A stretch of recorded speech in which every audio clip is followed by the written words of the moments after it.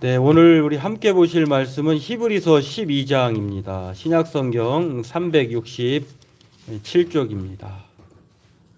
제가 가진 책으로 그렇습니다. 히브리서 12장 1절에서 3절까지 보도록 하겠습니다. 우리 함께 같이 읽도록 하겠습니다. 이러므로 우리에게 구름같이 둘러싼 허다한 증인들이 있으니 모든 무거운 것과 얽매이기 쉬운 죄를 벗어버리고 인내로써 우리 앞에 당한 경주를 하며 믿음의 주요 또 온전하게 하시는 이인 예수를 바라보자. 그는 그 앞에 있는 기쁨을 위하여 십자가를 참으사 부끄러움을 개의치 아니하시더니 하나님 보좌 우편에 앉으셨느니라. 너희가 피곤하여 낙심하지 않기 위하여 죄인들이 이같이 자기에게 거역한 일을 참으신 일을 생각하라. 아멘. 날씨가 많이 올 겨울 들어서 아직까지의 날씨 중에 가장 춥다고 하죠.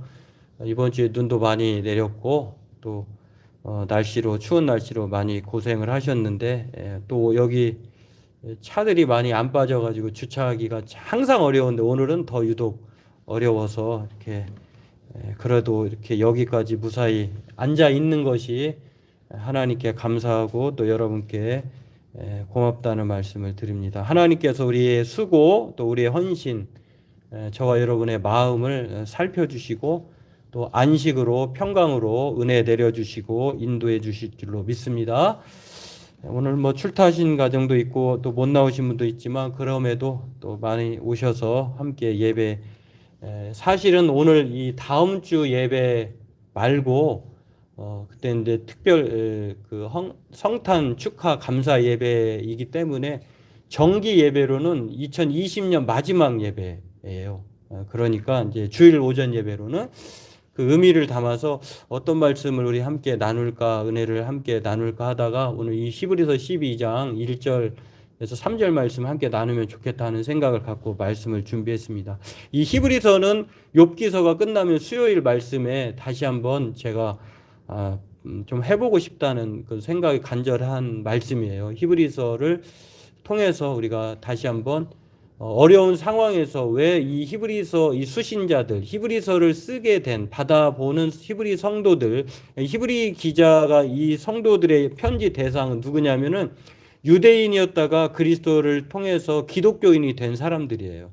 핍박이 있었겠죠. 여러 가지 어려움이 있었겠죠. 그래서 신앙을 포기하고자 하는 그런 마음들이 있었는데 그런 상황에서 격려하고 독려하는 말씀이에요. 이제 그런 면에서 그 핵심을 담은 말씀이 이 12장 1절에서 3절에 나와 있다고 하는 것입니다. 오늘 이런 여러 가지 상황들을 우리가 고려하면서 우리 또한 뭐 1세기 당시의 성도들이 신앙을 포기하고 싶었던 게 뭐 경제적인 이유가 있을 것이었을 거고 또 신앙적으로 핍박을 받으니까 이렇게 고생하면서까지 신앙생활 이유가 있을까 하는 그런 유혹도 있었을 것이고 또 건강상 문제도 있었을 것이고 이런 것들을 종합해 보면 지금 우리와 상황과도 뭐 별반 다르지 않을 거예요.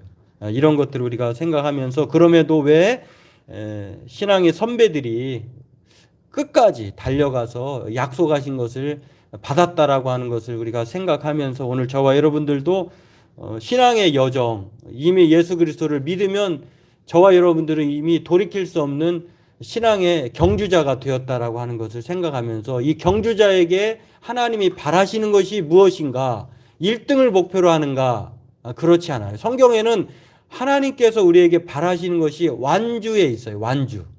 완주에 있다고 하는 것을 끝까지 달려가는 것에 있다는 것을 생각하면서 저와 여러분들이 2020년도 여기까지 끝까지 잘 달려왔으니까 앞으로도 2023년도 다시 끝까지 달려가길 원하고요.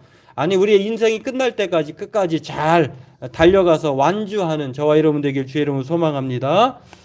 오늘 본문은 이 우리가 신앙의 경주자인 것을 가르쳐 줍니다. 그리고 이 경주는 단거리가 아니라 장거리 마라톤에 가깝다라고 말씀을 알려주고 있고요. 또 경주의 목적은 완주하는 것에 있다. 포기에 있는 것이 아니라 완주하는 것에 있다. 그리고 그러기 때문에 우리가 끝까지 달려가기를 바라고 있다는 것을 우리가 생각하면서 저와 여러분들도 물론 이제 완주하는 자에게는 뭐 어떤 경기든지 완주한 사람 1등에게는 포상도 하지만 완주자에게도 완주의 그 축하를 담아서 뭐 기념품을 주기도 하잖아요. 그런 것처럼 완주함에 있어서 큰 구원, 뭐 우리가 바랄 수 없는 하나님이 약속하시고 예비하신 등한히 여기지 말아야 될 큰 구원이 있어요.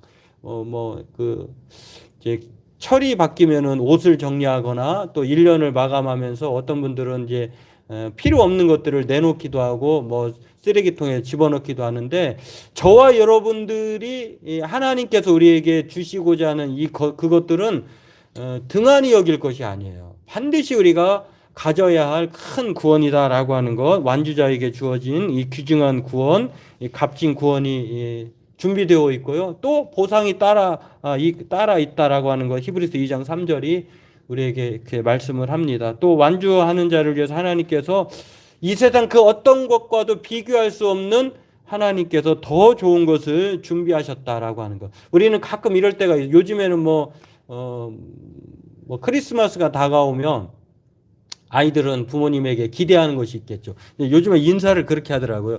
메리 크리스마스, 즐거운 성탄 이렇게 그 해석하면 그렇잖아요.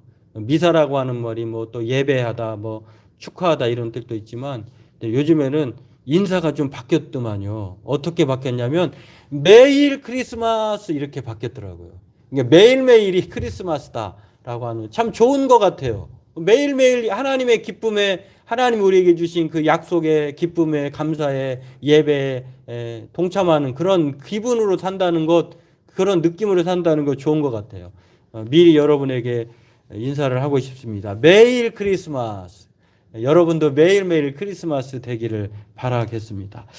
그러므로 오늘 저와 여러분들도 이 목적에 부합한 그런 삶을 살아가면 끝까지 완주하면 정말 이 세상 그 어떤 것보다도 비교할 수 없는 더 좋은 곳이 있고 또 하나님께서 우리에게 약속하신 큰 구원이 있고 또 우리에게 보상이 따른다고 하는 이것만 생각해도 우리가 끝까지 완주하지 않을 이유가 없다는 것입니다. 참고로 다음 주에 오시면 여러분이 써내신 이 희망 간식, 희망 선물 안 쓰신 분들은 나가실 때 꼭 쓰시길 바랍니다. 그러면 이미 누군가로부터 우리가 한 10명분의 그 한보따리 선물을 가지고 있습니다. 누가 찬조해 주셨는데 아주 감사한 일이에요.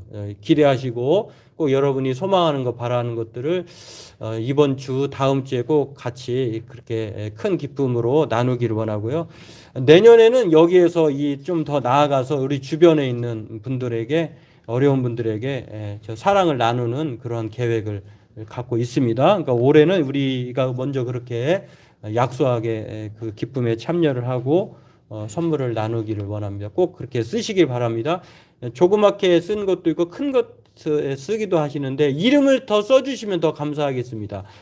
자기 것을 추첨해서 받아갈 수도 있지만 그렇지 않으면은 그거 쓰신 분과 서로 교환해도 되겠습니다.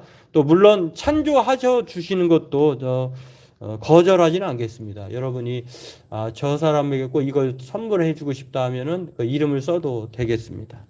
부담은 갖지 마시고 여하튼 모든 분들이 선물에 나눠 가질 수 있는 은혜가 준비되어 있다라고 하는 것입니다.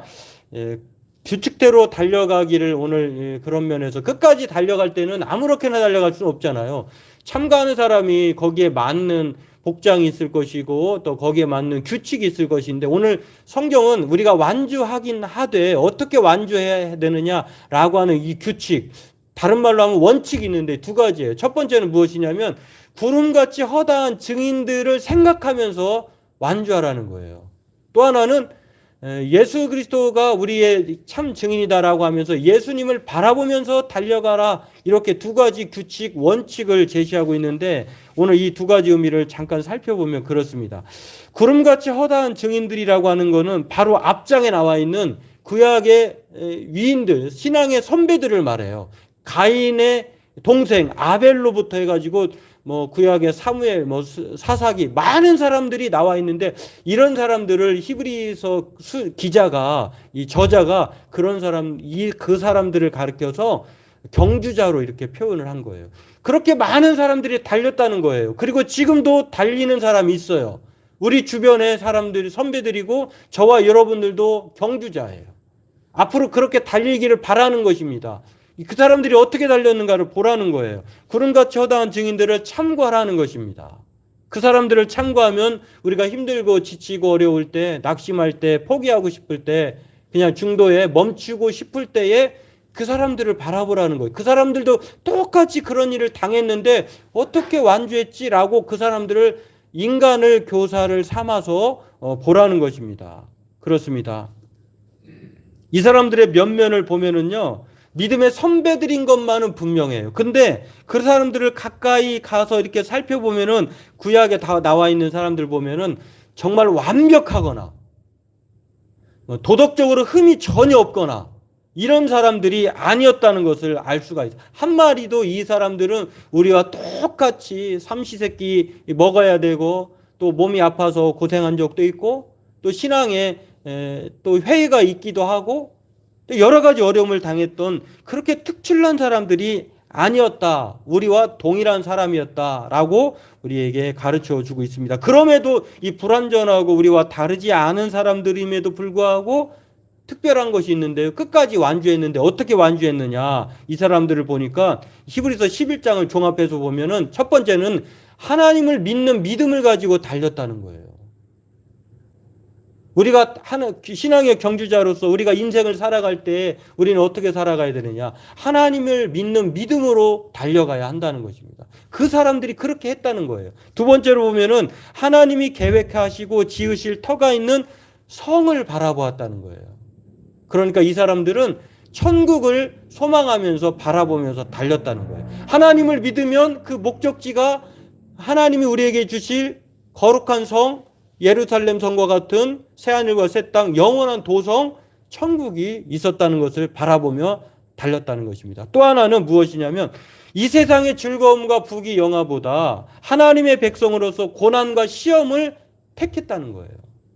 그런 사람이 대표적으로 여러 사람이 있는데 그 사람들이 바로 그렇게 달려갔다라고 하는 것입니다. 세상의 자녀가 아닌 하나님의 자녀의 신분으로 살기를 선택하며 달려갔다는 것. 하나님을 믿는 믿음, 그리고 천국을 소망하면서 또 이 세상의 자녀가 아니라 하나님의 자녀로 그렇게 이 믿음의 허다한 구름같이 허다한 증인들이 그렇게 달려갔다는 것처럼 저와 여러분들도 그렇게 달려가라는 것입니다. 이 프란츠 리스트라고 하는 사람이 있는데요. 헝가리 태생인 19세기 활동했던 아주 뛰어난 천재적인 연주자, 피아노 연주자이고 음악가이고 이런 사람인데 이분이 왼쪽에 있는 그림이 그 리스트라고 하는 사람이에요. 근데 이 사람이 어렸을 때 연주를 했는데요. 이 놀랍게도 이 사람의 천재성을 베토벤도 알아봤다고 해요. 뛰어난 사람이다. 엄청난 피아노의 신, 그 왕이라고 할 정도. 어려서부터 피아노를 그렇게 잘 쳤다고 해요. 그런데 이 사람이 연주자로, 물론 가정이 어려워가지고요.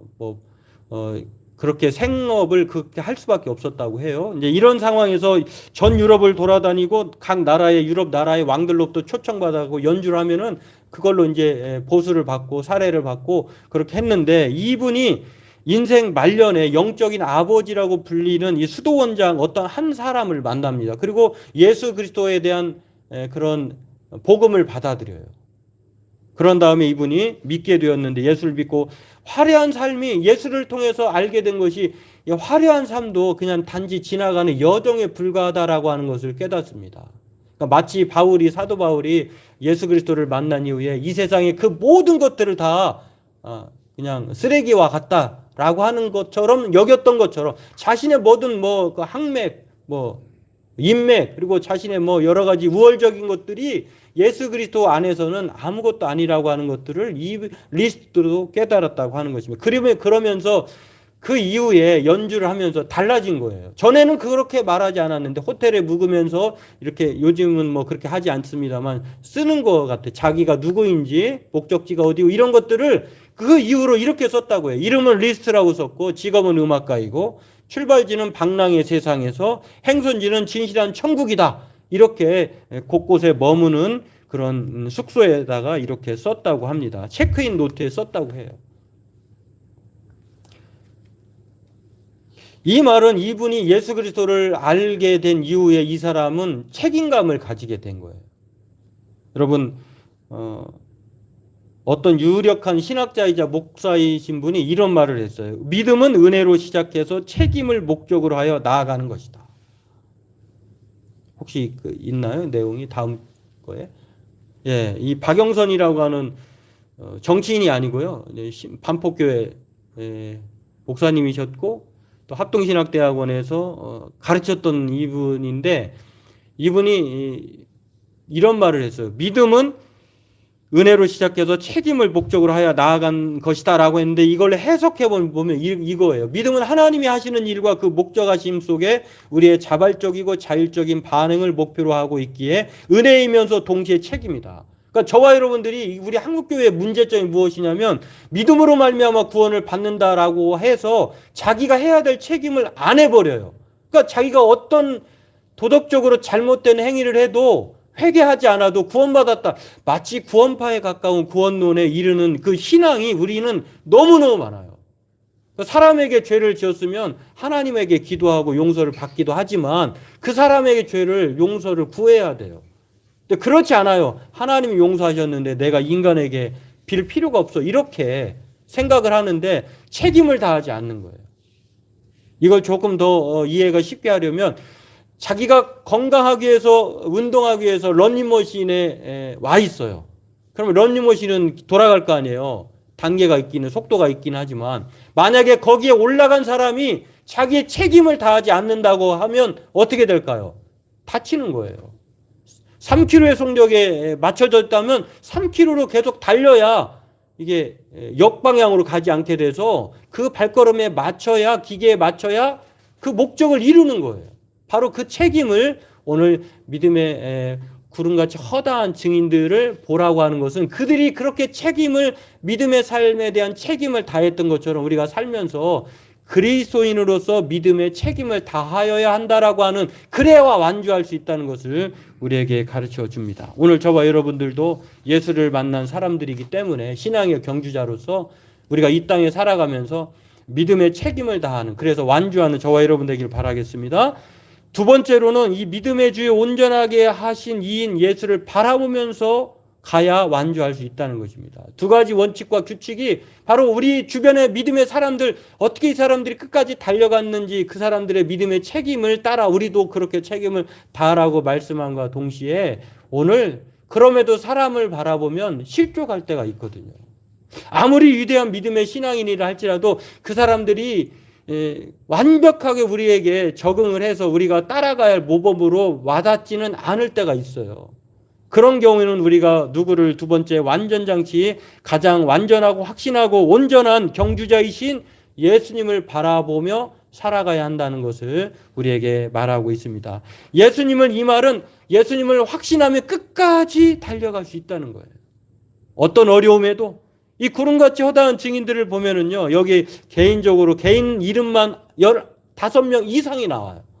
아벨, 에녹, 노아, 아브라함, 사라, 이삭, 야곱, 요셉, 모세, 기생, 라합, 사사들, 개인의 이름만 해도. 근데 여기 보면은 특이한 사람들 보면은요, 야곱이라고 하는 것, 우리가 잘 알잖아요. 우리 안에 누구든지 야곱의 DNA가 있어요. 남의 형의 발목을 잡고 자기가 이겨내 보려고 하는 것. 자기의 목적을 위해서는 자기가 하나님 앞에 복을 받기 위해서는 그렇게 어떤 수단과 방법을 가리지 않으려고 하는 이 야곱 DNA가 우리에게 있다는 것입니다. 기생 라합을 보십시오. 이 사람의 신분이 기생이라고 하는 것, 고상한 표현이지만 사실은 자신의 몸을 팔면서 살아가는 근근한 여자예요. 그러나 이 모든 사람들, 여기에서 종합적으로 보면 히브리서 기자는 보면 이 사람들은 다 죄인이었다라고 말을 합니다.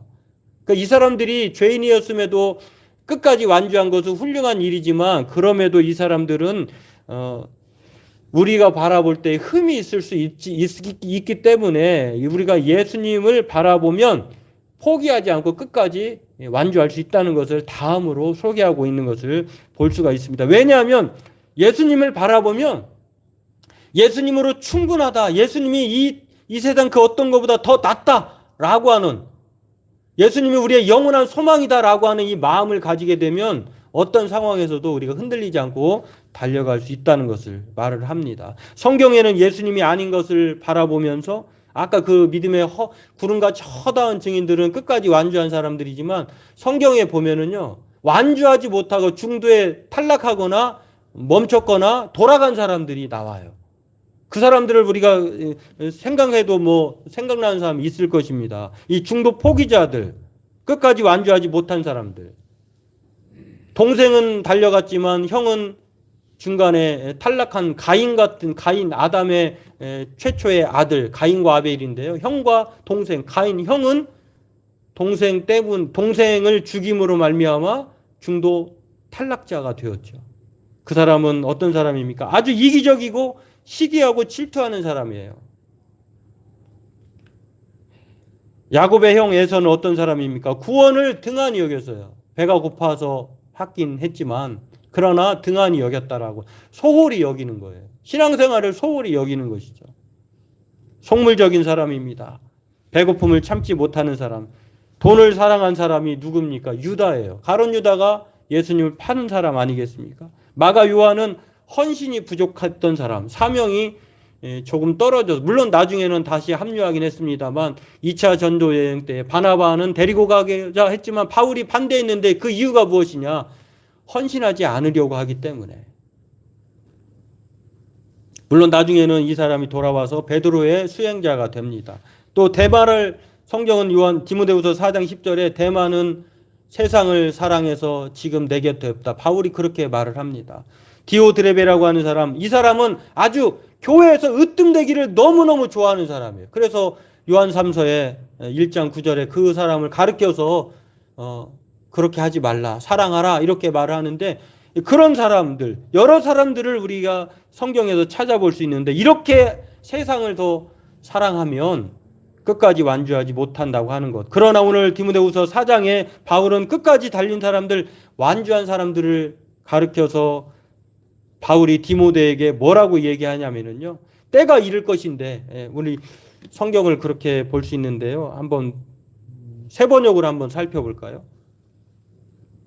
때가 이르면 사람들이 건전한 교훈을 받으려 하지 않고 귀를 즐겁게 하려는 말을 들으려고 자기네 욕심에 맞추어 스승을 끌어들일 것입니다. 그들은 진리를 듣지 않고 허탄한 이야기에 귀를 기울일 것입니다.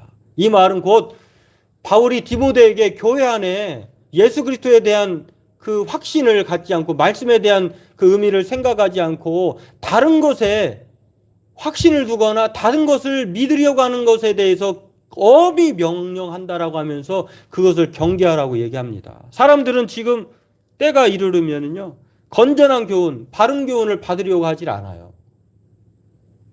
귀를 즐겁게 하는 말, 오늘 예배 참 잘 봤다, 공연 잘 봤다, 관람했다, 그렇게 교회 안에 하나님의 말씀과 우리에 대한 헌신과 묵상을 생각하기보다 그렇게 살고자 하는 사람이 교인 안에 있다는 것입니다.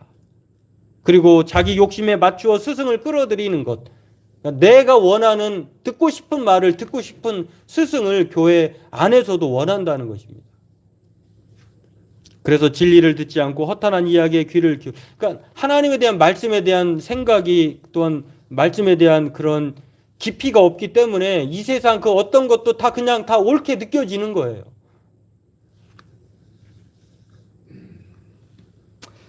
오늘 예수님 때문에 성소에 들어갈 우리는 담력을 얻은 사람들입니다. 예수님만이 휘장을 찢으셔서 우리가 하나님 앞에 나아갈 수 있도록 중보자가 되신 거예요. 이 세상 그 어떤 신도, 어떤 사람도 예수님 외에는 중보자가 아니라는 것입니다. 예수님만 우리를 새로운 살 길을 제공해 주신 분이에요.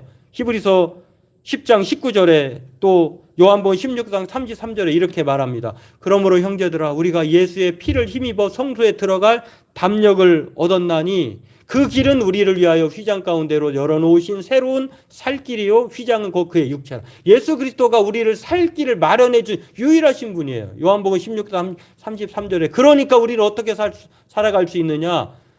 세상에서 환난을 당하지만 담대하라는 것입니다. 왜냐하면 예수님 때문에 우리가 평안을 누릴 수 있고 승리를 확신할 수 있다는 것입니다. 예수님을 확신하면 우리가 끝까지 이 세상 그 어떤 상황에서도 장애물을 극복하고 하나님께로 나아갈 수 있다라고 하는 것입니다. 우리가 끝까지 달리지 못하게 하거나 달리는 걸음을 멈춰 세우는 것은 비단 이 히브리 1세기 성도들에게만 있는 것이 아니에요. 지금 우리에게도 있어요. C.S. 루이스 스크류테이프 편지를 쓴 영국의 아주 문학가이면서 변증가이기도 한 이분이 왼쪽에 있는 것은 요즘에 새로 난 개정판이고요. 오른쪽에 제가 가지고 있는 책 그대로인데 2004년도판인데 2004년도판과 좀 다른 점이 그림을 보면은요. 앞에 있는 그 모형물이 조형물이 사탄이에요. 사탄. 오래된 경력자인 스크류테이프라고 하는 사탄 이 이름을 붙인 거예요. 그 위에 조그맣게 있는 거는 뭐 사람일 수도 있지만 조카일 수도 있는. 여기에 31개의 그 뭐라고 그럴까요? 기독교인들을 유혹하는 그런 사탄의 전략이 나와 있는데 두 번째 편에 보면은 이런 내용이 있어요. 기독교인이 되었다고 절망하지 말아라. 삼촌 스크류테이프가 조카 악마에게 야 기독교인이 됐다고 우리의 그 대상자들에 대해서 너무 낭망하지 마. 왜냐하면 이 성인된 그리스도인들은 곧 돌아올 거라는 거예요. 자기 편으로. 완전히 그리스도인에게 속해가지고 우리와 멀어진 대적과의 관계가 아니라 걱정하지 마. 조금 있으면 우리의 원대로 될 거야. 그렇게 위로하는데 조카를 위로하는데 그 이유가 있습니다. 잠시 원수 진영에 그러니까 기독교인으로 몸을 담갔다가 자기의 진영으로 다시 돌아온다는 거예요. 아직 몸에 습관이 안 배어 있다는 것입니다. 왜 그런 말을 합니까? 이 조카에게 악마 삼촌이 가장 큰 협력자가 교회라고 말을 합니다. 물론 여기서 오해하지 말라고 하면서 어떤 교회냐면은 사탄의 편승해서 사탄 편에 좋게 여겨주는 그런 교회가 있다는 거예요. 어떤 교회냐라고 말할 때에 영원의 뿌리를 받고 모든 시공간에 걸쳐 뻗어나가는 교회, 기치를 높이 올린 군대처럼 두려운 그런 교회가 아니라 반대로 그리스도에게 뿌리를 두지 않고 하나님의 말씀은 없고 오로지 화려한 건축물, 치탐한 건축물, 그 안에 화려한 장식과 시선을 매료하고 또 우리의 귀를 즐겁게 하는, 그러나 거기에는 예수가 없는 그런 깡통 같은 건물뿐인 그런 교회 성도들이라고 하면은 그 사람들은 곧 돌아오게 될 것이다라고 하면서 삼촌이 조카 악마에게 위로하는 거예요. 참 이게 오래된 이야기지만은요, 참 우리를 놀랍게 해요. 우리를 아주 긴장하게 해요. 마치 교회가 그런 교회라고 하면은요, 사실은 교회 건물 안에 있지만 그리스도에게 속한 사람이 아닐 수 있다는 것입니다. 그렇게 되면 누구의 편이냐? 사탄에 속한 사람이다라고 하는 것입니다. 오늘 저와 여러분들이 신앙의 완주, 끝까지 달려갈 수 있는 원칙과 규칙은요, 우리가 믿음의 책임을 가지고 달려갈 때 그렇게 가능할 수 있습니다. 또 하나, 오늘 저와 여러분들 힘들고 지치고 어려울 때 내가 예수 그리스도를 바라보면 그 어떤 장애물도 극복하고 끝까지 완주할 수 있다는 것입니다. 오늘 저와 여러분들은 예수님이 더 낫다. 그리고 예수님 한 분이면 충분하다. 예수님만이 영원하다라고 하는 이 확신을 가지고 우리가 2022년도 그렇게 달려왔지만 앞으로도 2023년에도 그리고 우리의 인생 여정 끝날 때까지 이러한 확신을 가지고 완주하는, 그래서 하나님 앞에 더 나은 본향 구원에 이를 뿐만 아니라 날마다 우리의 삶 속에 하나님이 주신 평강으로 그 열매 가운데 살아가는 저와 여러분 되길 주의 이름으로 축원합니다. 내년도에도 화이팅 하시길 주님의 이름으로 소망합니다. 기도하겠습니다. 하나님,